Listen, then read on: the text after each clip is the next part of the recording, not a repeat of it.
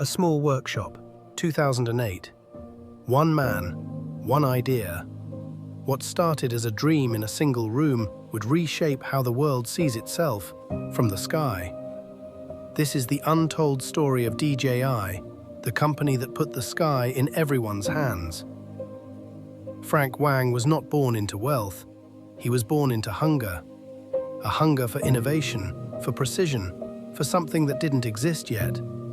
In his university dorm at Hong Kong University of Science and Technology, he began tinkering with electronic components, reading everything he could about flight dynamics and control systems. His classmates were studying textbooks. He was studying the sky itself.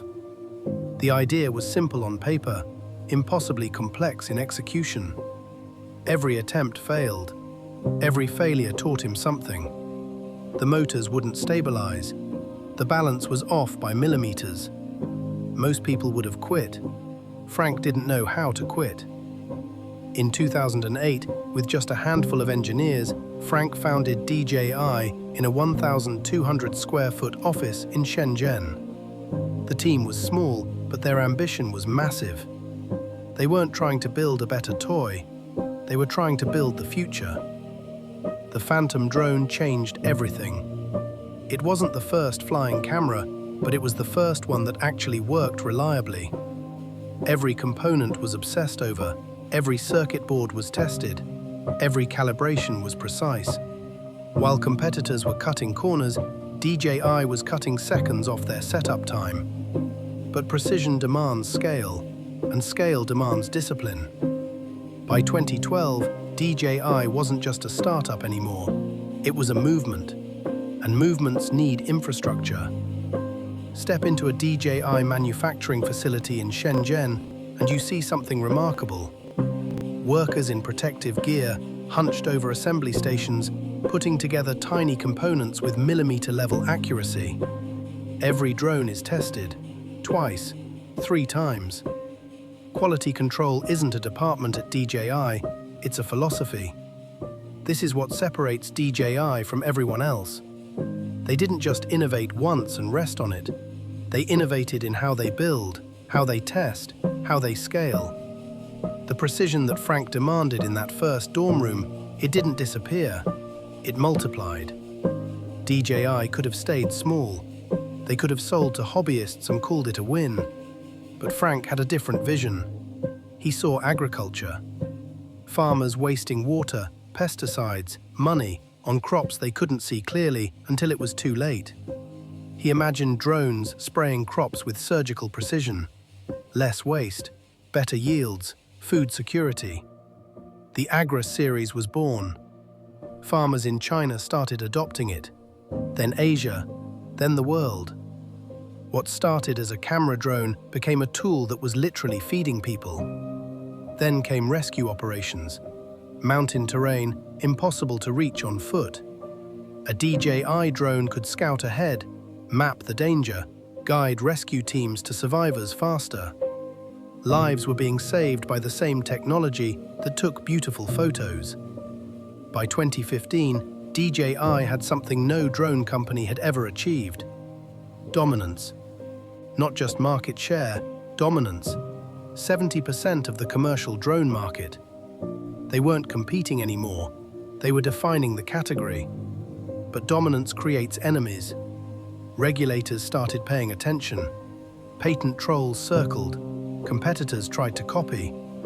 The Chinese government watched with both admiration and suspicion. The US military quietly started phasing out DJI drones over security concerns. Frank's response was to build faster, smarter, better. More jobs, better salaries.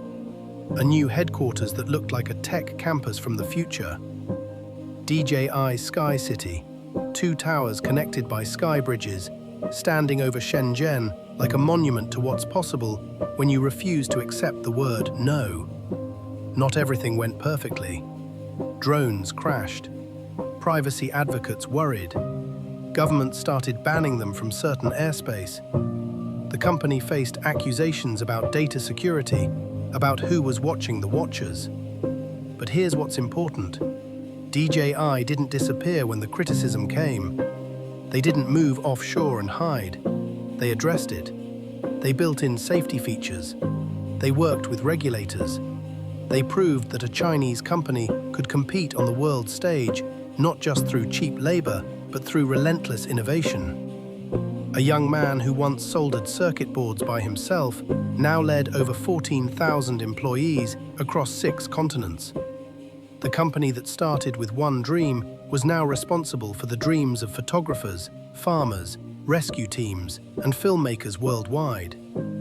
DJI didn't just make drones, they democratized the sky. Before DJI, aerial photography was a luxury. It required a helicopter, a camera operator, thousands of dollars. DJI made it possible for someone with $300 and a smartphone to capture perspectives that would have cost $30,000 a decade ago. They didn't just innovate in technology, they innovated in philosophy.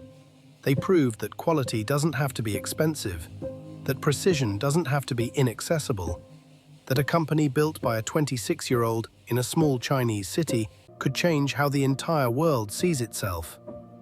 Today, DJI is valued at over $15 billion. They've shipped more units than some car manufacturers produce in years. A company that didn't exist 15 years ago is now in the same conversation as Apple, Microsoft, and Tesla.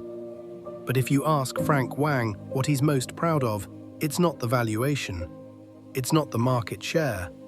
It's the moment when someone told him that a DJI drone helped rescue a child lost in the mountains, that a farmer in Africa used their technology to save his family's harvest, that a filmmaker captured a moment of beauty that would have been invisible without their innovation.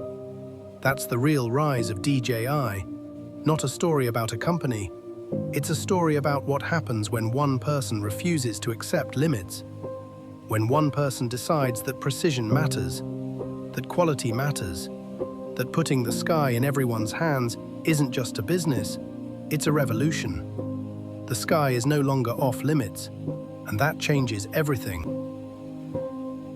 Subscribe, share the video, and leave a comment to support more business documentaries like this.